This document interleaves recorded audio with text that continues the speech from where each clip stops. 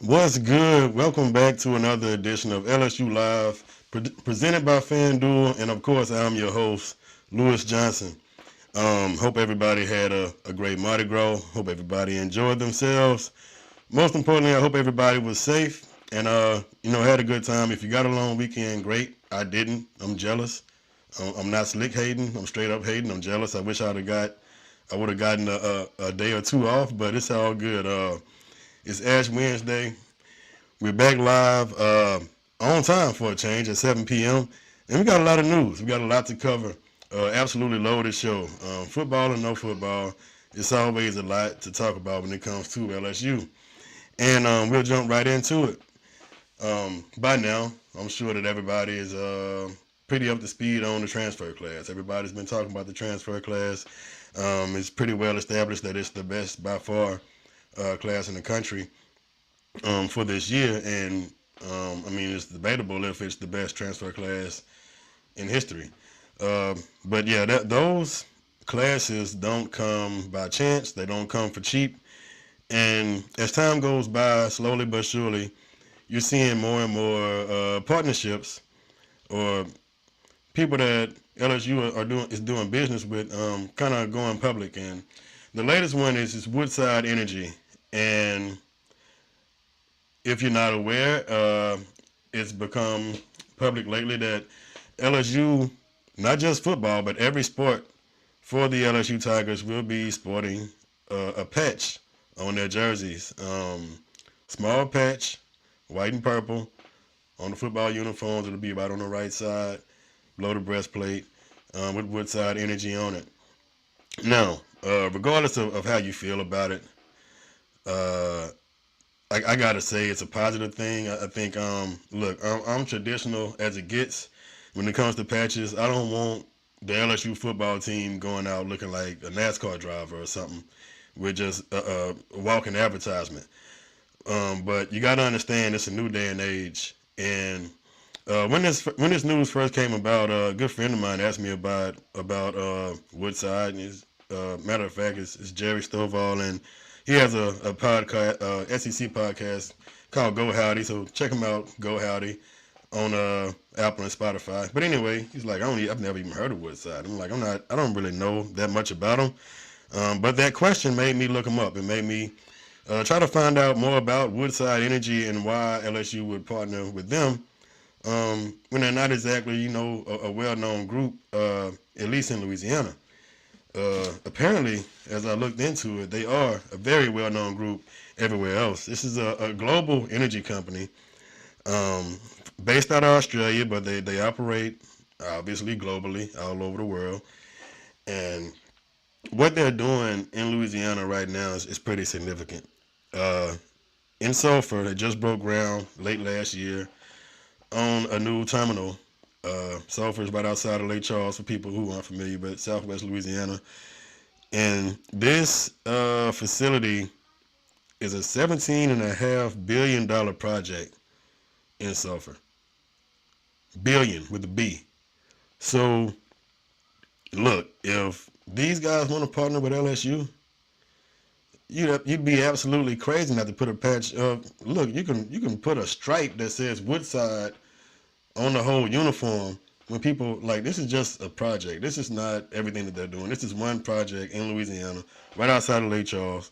$17.5 billion project. From an environmental standpoint, who knows? I don't know what it means because, yeah, it's natural gas, but this is not the point.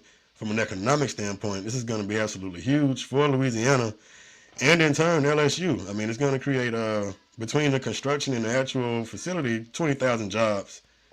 It's just 20,000 jobs. So this is an economic boom for the state that this company is it's kind of, I wouldn't say contributing because they're winning too. It's not like they don't have anything to gain from this project, but it's going to be big for Louisiana. For LSU, as I said, you'd be crazy not to accept that. You take a patch, you take whatever they want to do, and you partner up with these guys because look, this isn't the last big class that LSU is going to need. And yeah, you got to deal with Nike. You got, Kane's money. You got a lot of stuff coming in, but this is significant is not the word. I'll say that. This is a very big deal. And this is a big reason why LSU was able to close with a lot of these guys. This is why you're able to get two quarterbacks that could have gone anywhere in the country. You got three players who were the best player at their position, and a left tackle, an edge guy, and a quarterback. It's stuff like this that allows that to happen. And like I said, it's a new day and age. You got to have new ideas. You got to be open to new things.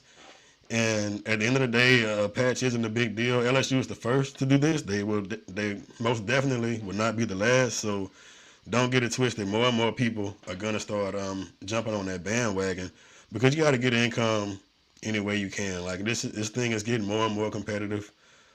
Programs are in a position to win that have never won before. You look at an Indiana, like it's open for everybody, and it's not just the blue bloods that have money.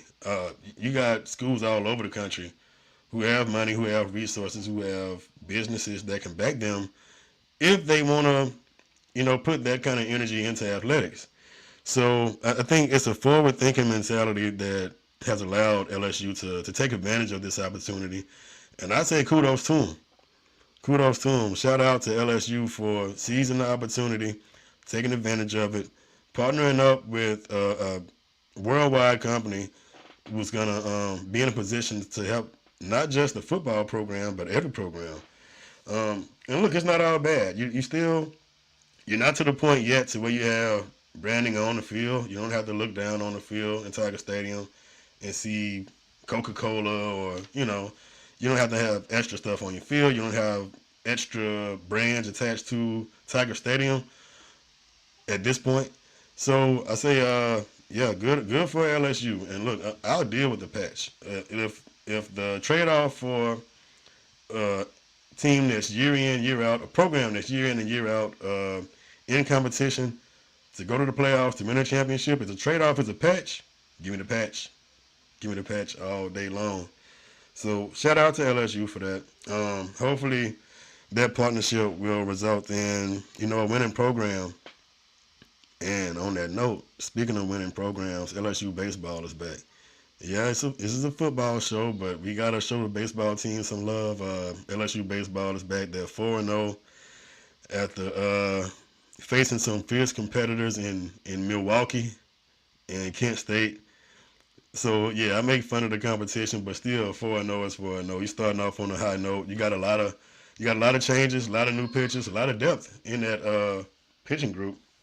And you got a lot of promise for this baseball team. I won't go too long on it, but I will say that odds are out for World Series winners from FanDuel. The odds are already out. LSU has the best odds in the country to win the next World Series, the next College World Series. So as of now, FanDuel is favoring LSU to three-peat, the third one in a row. They got plus 550 odds to win the World Series.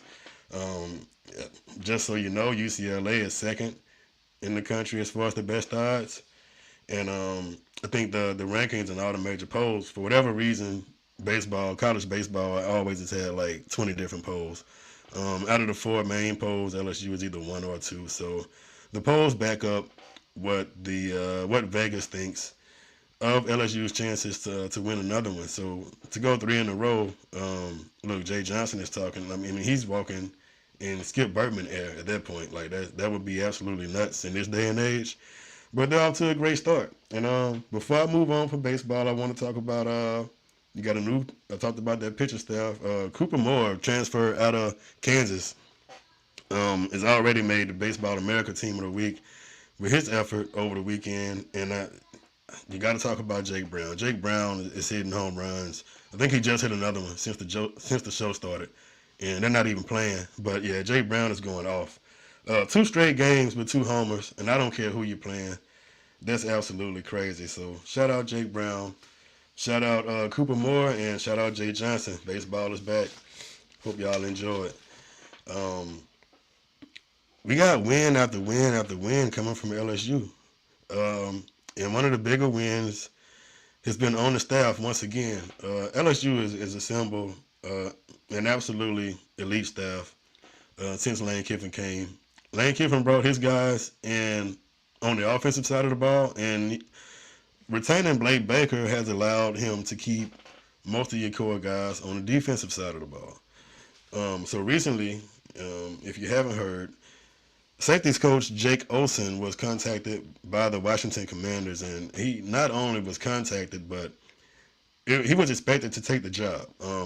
It was to the point to where once it was made public that he was staying at LSU, the reports were like Jake Olsen changes his mind, or Jake Olsen has to change your heart. Like everybody in the world expected him to take that job with the Commanders and Devontae Jones. But in the end, LSU was able to keep him home, and I think that's huge. That's an absolutely big win. Just to give you a little bit more background on that whole situation. So Olsen was part of the LSU staff back in 2021 when Devontae Jones was on that lame duck coaching staff as the DC for LSU. Jones eventually went back to the NFL. He came from the NFL to take that DC job. He went back to the NFL after Coach O and all that staff was gone. So after getting the DC job with the Commanders, he reached out to Jake Olsen to see if he could try to get him on the staff. Eventually, Olsen decided to stay put. And I think that says a lot about this LSU staff and this commitment. Not only the staff, but the LSU, the alignment within the program, from the staff to the administration to the boosters to the bag man, everybody in between is in alignment to make a big run. Look, you got your players in place, you got your staff in place. They're doing everything they can to keep everything intact to make a run this year. This is not about building for down the road. You're building, but they are also trying to win now. And I think when you compare coaching at the college level right now to coaching in the NFL, I want you to understand what he turned down, what Olsen turned down. In the NFL, you don't have to watch barely legal adults. You don't have to make sure they go to class, make sure they show up to this and that. You don't have to recruit. You don't have to worry about so much off the field. Like even after the season at the college level, it never stops because you're recruiting. You're trying to keep the people that you have happy. You're trying to retain players, so you're recruiting your roster. You're recruiting high school kids. You're recruiting, even though you're not supposed to, you're recruiting kids on other college teams. You got a lot of long days in this. You are not at home. And there's not a lot of job security. Whether your head coach decides to take another job or whether he gets fired, whatever, you don't have a lot of security at the college football level. So if the money is anywhere close to comparable, and you know it was more, if they're asking him to leave LSU, then they're offering him more money. So you're turning down more money and less work to stay at LSU. So that says a lot. It absolutely says a lot about LSU and Blake Baker and Kiffin. Look, Olsen, as far as what he has done, so, I mean, I've said enough about that awful, embarrassing 2023 season for everybody to know, okay, the LSU defense sucked in that year. 2024, it was better, but it still wasn't great. The safety play wasn't anywhere close to what we're used to seeing from LSU. It just wasn't at the level where it needed to be. And I won't name names. I don't want to call out players or like bash anybody because it's unnecessary at this point. But it wasn't a great year. You bounced back in 25. And you got to give Olsen some credit for that because, look, he's the safeties coach. But, I mean, part of being a good coach is getting good players. So you get a guy like A.J. Housey. You get a guy like Tamarcus Cooley out of NC State. You have a guy in Deshaun Spears who is now in his second year, and he's growing up. He's more physical. He's a better run support guy. He knows what's going on in the defense. So the safety play improved by leaps and bounds in 25. Absolutely was a huge part of the improvement of their defense as a whole. Far fewer missed tackles in the open field. Like in 2024, you had so many big plays just from missing tackles. Like a guy catches a slant and the safety comes down with a bad angle and just straight up whiffs on the tackle. The production in pass defense more interceptions, more tip balls. So I gotta say, look, I'm impressed with what Olsen has done so far. I'm impressed with what he has done, and I think the extent that the staff has gone to make sure that he remains at LSU says what they think about him, and he's done a great job, to be honest. And he's not done yet. Jake Olsen is not done yet. On that note, I want to talk about your 2026 room. Look, AJ Housey is off to the NFL. He came from Houston as one of the best safeties at the college level, and he lived up to everything that LSU thought that they were getting when Housey got there. He was a very heady player. Also, we'll be headed to the NFL Combine in a couple months. More on that later. But Housey did his thing. So you got to replace him. And, man, did LSU go all in on replacing him. Now, LSU has some guys on the roster already. They had some guys on the roster who are going to step up or who plan to step up into even more prominent roles in 2026. But whether they step up or not, LSU went all in the portal. You on the roster already, you had Deshaun Spears, TaMarcus Cooley, Jace Thomas coming into his second year. Shout out to the Saints, Fred Thomas. Fred Thomas' son is Jace out of Destrehan. CJ Jim Corley, also true freshman last year, will be back, and he'll probably get a look at star. From the transfer portal, you got Ty Benefield, hard hitter out of Boise State. Ty Benefield probably had 1,000 tackles last year. And I'm exaggerating, but not by much. Traylon James out of Southern. Fahim Delane, Mansour Delane's brother. So, like I said, look, you indicated Mansour Delane, come on down to LSU. So Fahim Delane comes down from Ohio State, and we'll play some safety for LSU. From the high school ranks, you got Aiden Hall out of Carr, Isaiah Washington out of Haynesville, shout out to 318, and Jason Williams was a late addition out of Shaw. And I told you how much I love those late additions from in-state guys because they almost always pan out. I don't know why, I don't know the science behind it, but those guys just tend to pan out no matter what they're ranked. So you got a pretty deep room. You got absolutely a deep room, and it's going to be interesting to see in the spring. LSU came out with their spring schedule to go from March 24th to April 24th. I'm not sure how much we'll be able to see of that, but one of the things I'll definitely be looking forward to seeing is the competition at safety. Because, look, Cooley and Spears, they're coming back expecting to start. Both of them had pretty decent years last year.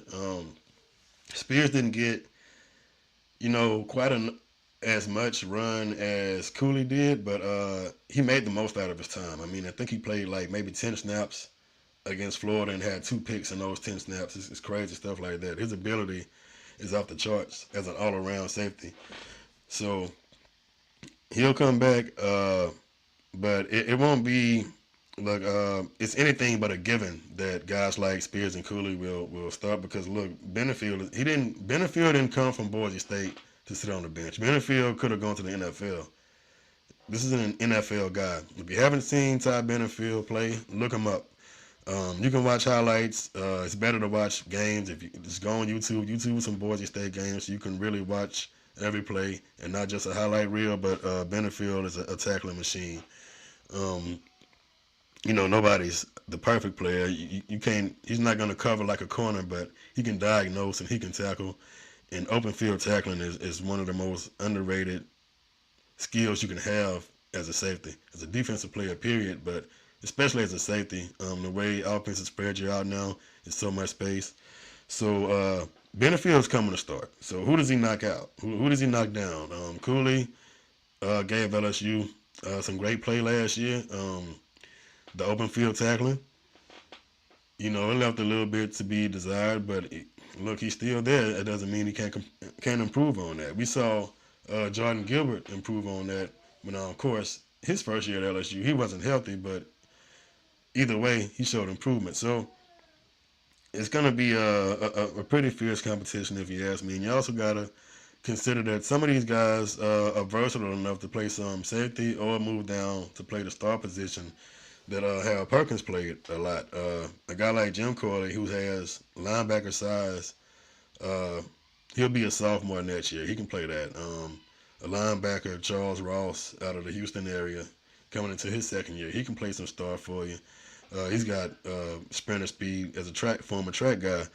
So absolutely loaded group in my opinion. I think Jace Thomas, who wasn't like this blockbuster 5-star can't miss recruit, but if you watch him in high school, his ball skills are as good as anybody that LSU had at the safety spot.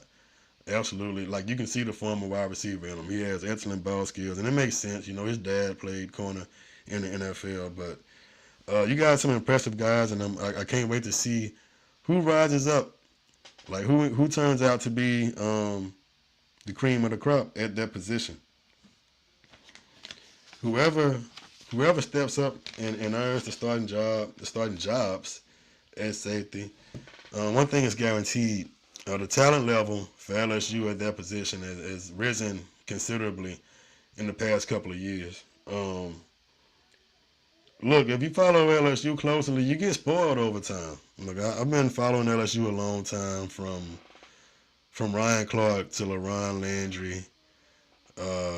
You can go on and on. Even the guys who weren't so celebrated, the Ricky Jeffersons, the Brandon Taylors, Chad Jones, like just player after player who played at a high level, even if it wasn't at a first round level or Bednarik level or Jim Thorpe like Grant Delpit.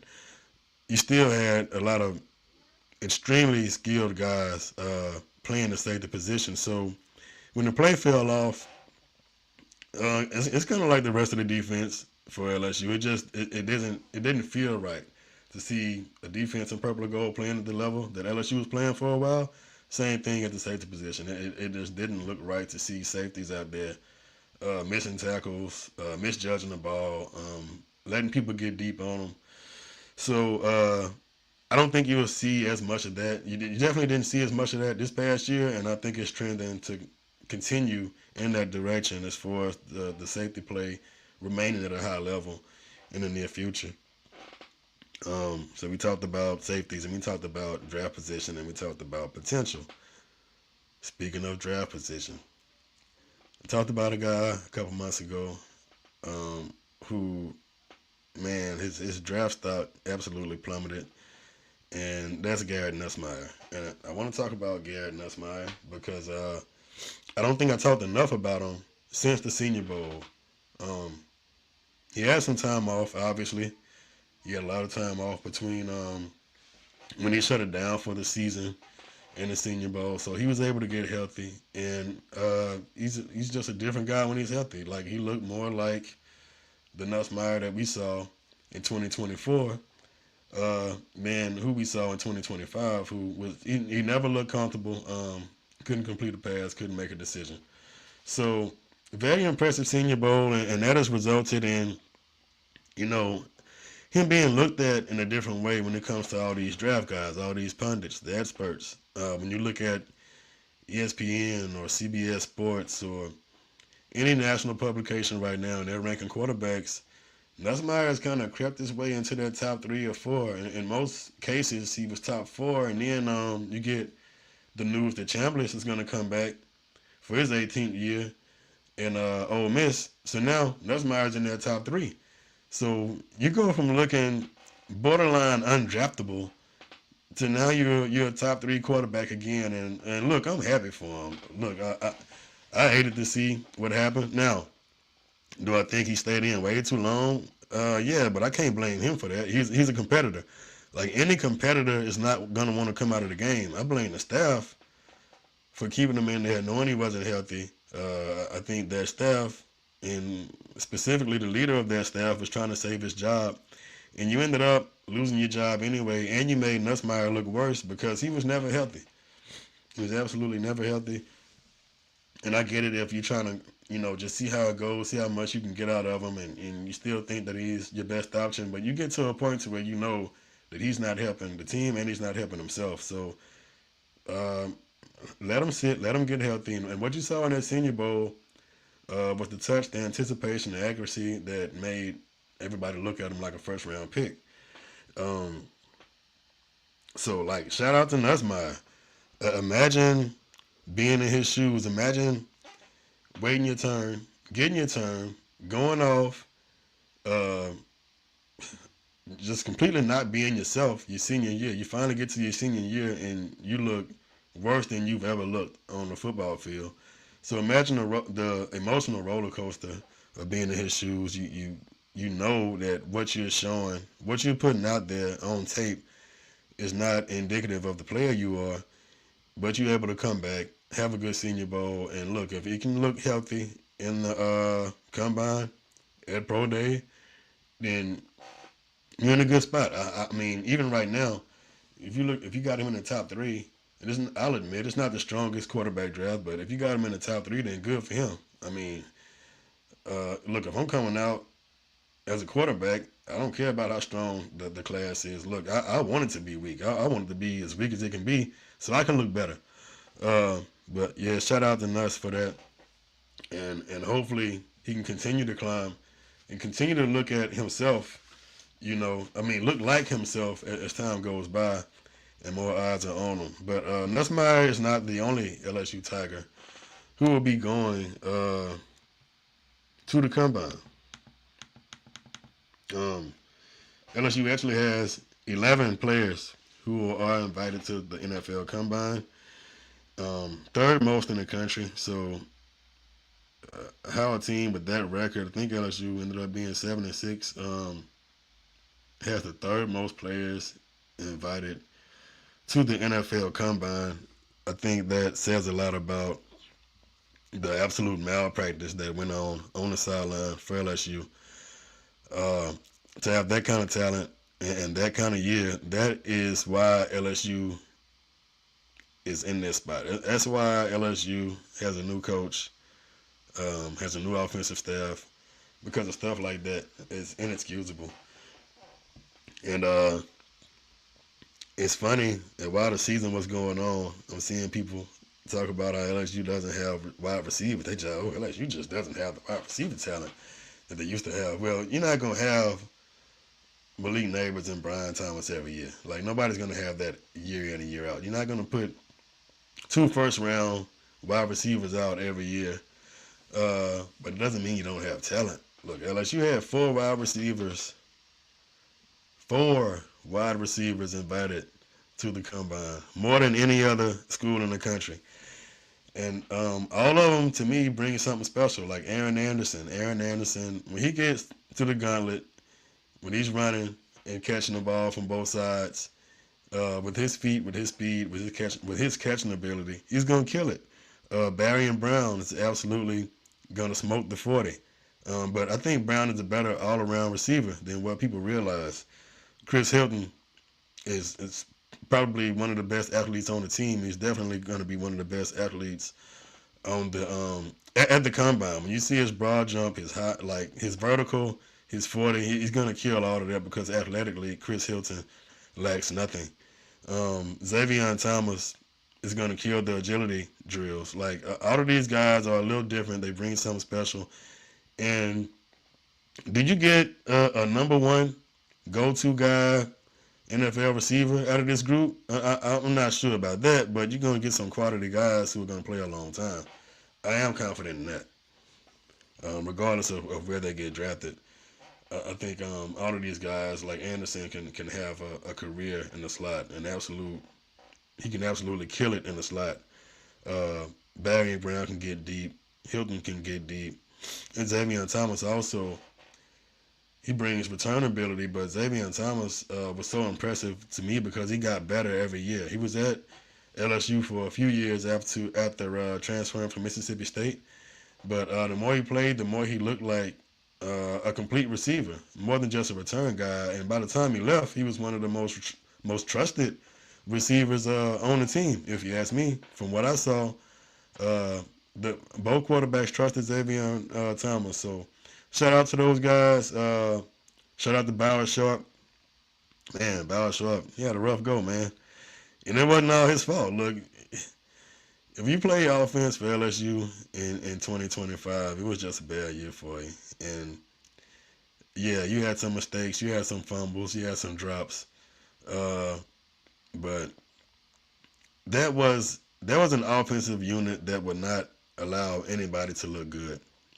I don't think Joe Montana would have looked good on that offense. It's just that bad. You couldn't run, you couldn't block, you couldn't pass, you couldn't do anything, you couldn't call plays. So I think Barrett Sharp is better than what a lot of so-called fans think of him. Uh, he didn't lead Oklahoma in receptions by being a bad player. You got a tight end who led the team in receptions, and it's not like this is not like a wishbone team or something like that. This is Oklahoma who runs a real offense. And to be honest, Sharp looked good in the preseason. He looked good in the spring. Sharp was putting on.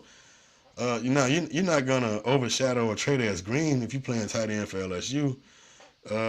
But either way, the whole point is Sharp is better than what people realize, and he also got invited to the combine. On the defensive side of the ball, you have both edge players and Patrick Payton and Jack Pyburn. Hal Perkins was invited to the NFL combine, and it's crazy to think that Perkins is gone. He's been at LSU for so long that he seems kind of like a mainstay at this point. But yeah, he's finally moving on, and we'll see how he makes that transition. I think he improved as a linebacker. I don't know where or how he gets used in the NFL, but I do know that he can rush the passer. And people with his level of skill and athleticism, when it comes to rushing the passer, will always have a role in the NFL. Whether it's a 3-down guy or not, he'll have a role and he'll make an impact. Mansour Delane, I think it's probably, well, not probably, he'll be the first LSU guy to get drafted. Most mock drafts have him anywhere in that 10 range to maybe 15, some even inside the top 10, depending on cornerback needs. But by most accounts, he's the best corner in the draft, and I think that he's definitely the best corner from what I saw. So, for my money, Mansour Delane is the best cornerback in the draft, and I think that the Saints would be lucky if he fell down to number 8, because Saints needed a shutdown corner, needed a number 1 wide receiver too. But this is an LSU show, so I'm not gonna go too far on the Saints. And finally, AJ Halsey. So Halsey, he's one of the, and it sounds cliche, but he's a heady player. He just is. He knows where to be. He's never out of position. He doesn't look like he should be able to cover, but you see him breaking on balls. You see him getting interceptions. And I think Halsey is one of those guys who just has a feel for the game. Like, you look at him, you're like, what is this linebacker doing playing safety? But you see him making play after play after play.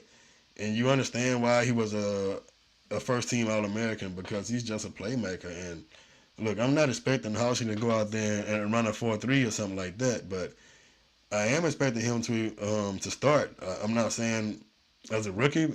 I mean, I'm not ruling that out by any means, but I think Halsey is going to come in and start and play good ball for a team. And when you got a guy who just has the instincts and feel for the game like he has, he can strike you. He has some good hitting ability, but that's not what stands out when you watch Halsey. You see his feel for the game, his understanding of zones, just football, period. He's impressive, and I can't wait to see what Halsey's able to do at the next level.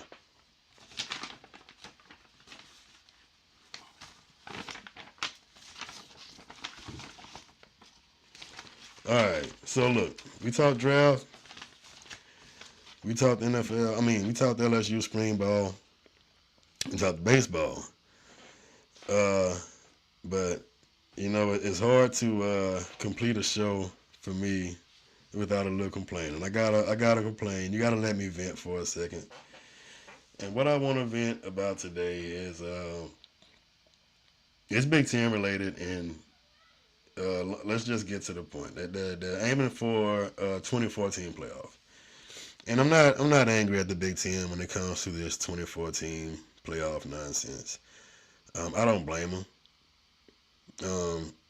I have more of an issue with those of us who have encouraged this behavior. We have empowered these conference leaders, to think that we want more and more and more, and allow them to use what fans want as reasoning to getting more games, more playoff games. And I think when everybody was complaining about the 14 playoff, you kind of you contribute to this line of thinking. When everybody's complaining about the 14 playoff, and we need to make it bigger, we need to let more teams in, and when you give leaders of conferences reason, or you back them in the line of thinking of adding more teams, when you add more games to the playoffs for a conference leader, it's like giving them more games is like giving an alcoholic a beer.